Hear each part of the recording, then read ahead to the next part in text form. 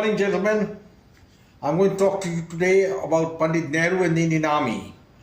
It's important because we are now facing China in a mortal life and death battle. But let's see what's happened and how did India suffer a catastrophic defeat in 1962 and whether we have learned anything from that or no. If you remember, Nehru was the first Prime Minister of India and he was in power from 1947 to 1964. In 1947, just after independence, Sir General Lockhurst, the first Chief of the Indian Army, went to Pandit Nehru with a strategic plan for the Indian Army. And Nehru, after going through it, just threw the plan aside and he said, I don't need the army. It's an imperialistic force. We have no enemies. We believe in ahimsa. And as far as I'm concerned, the army can be disbanded. We'll manage with the police force. Now this has been confirmed by Major General Pandit in his book, who was perhaps an eyewitness to this count. Nehru had no strategic sense, otherwise he would never make such a silly statement. And of course, General Sir Lockhurst went away. He said, okay, he was the first Chief of the Indian Army after 1947, and he was a Britisher, so he was really not that much concerned. Now, what were the repercussions of that? Suppose Nehru had carried out that act, we wouldn't have an army.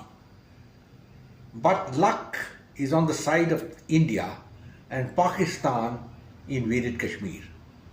That saved the Indian Army.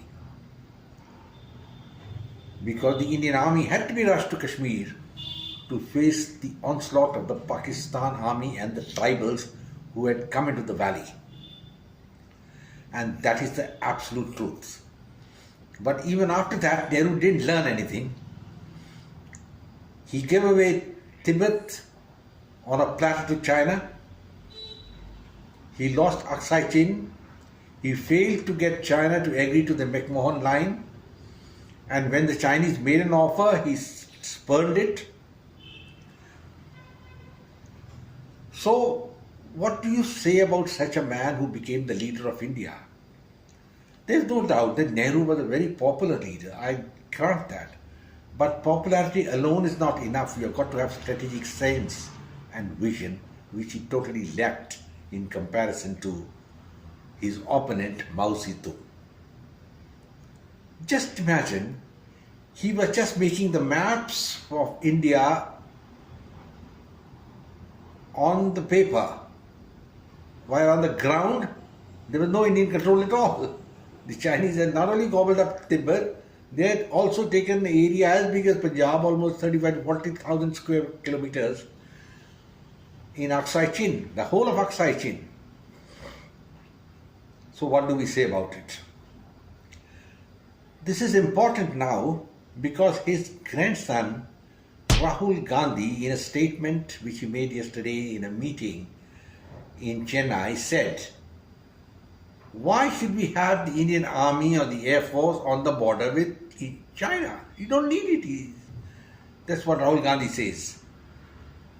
Why? We don't want the army there. We should have populate the entire area with our farmers and other persons, our workers, and they will stop the Chinese. Now, this is a utopia. You know what utopia is? Idealistic talk, irrelevant talk. And it is something similar to what Nehru had said in 1948. He said the same thing. He had said, I don't need the army, I can manage with the police.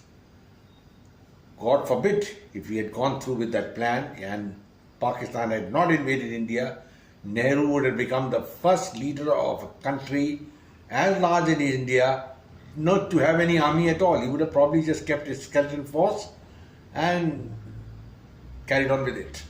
The problem with Nehru was that he lived in an age which had become dead. That was the age of imperialism. It went over within 2 years of the end of the Second World War. Imperialism was over.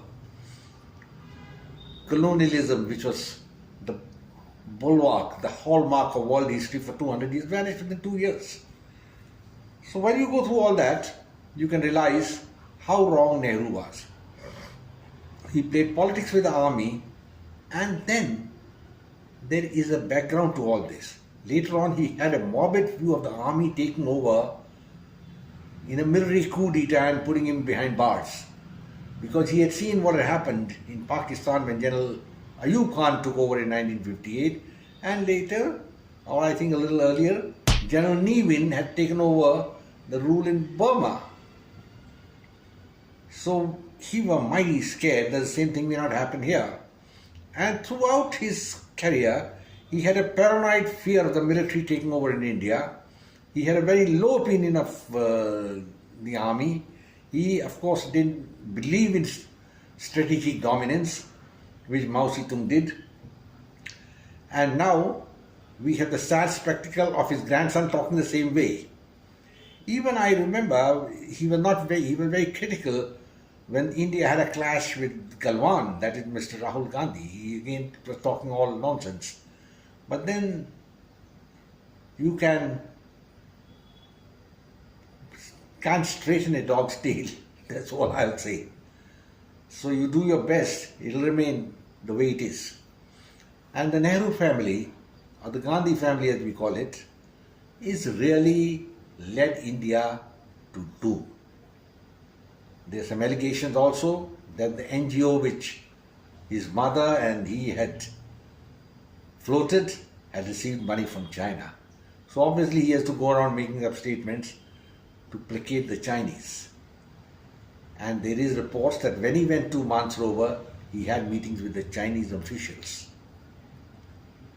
If that's not a traitorous act, then what is traitorous act? What is a traitor? Who is a traitor?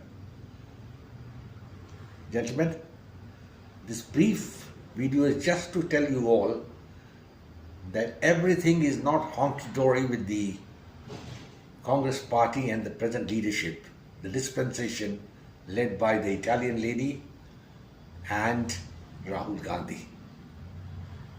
There is more to it than these two people. They don't represent India, they represent nothing. And it's about time the Indian nation rejected this brand of politics. Of course, there are a lot of people in the Congress party who keep on swearing by these people. We have Gehlot, we have Kamal Nath, we've got all sorts of people there, And these fellows can't win a seat on their own, Take away the Gandhis, these fellows will be nowhere. So it's a nowhere party. People who have joined the party are actually inconsequential on the national scene. And their attempt to oppose Mr. Narendra Modi in the 2024 election is going to come a cropper. I'm afraid I have to bring up this point of China and Nehru and his grandson, because we are again faced with a tremendous danger on the northern border. There's been a clash in Galwan earlier, and now there's been a clash in Tawang. Gentlemen, India must keep its guard up, and I hope it will happen. I will say now, bye-bye, and God bless you all. Do subscribe to my channel, share it with your friends, and I will close now. Jai Hind, glory to India, and you all be happy.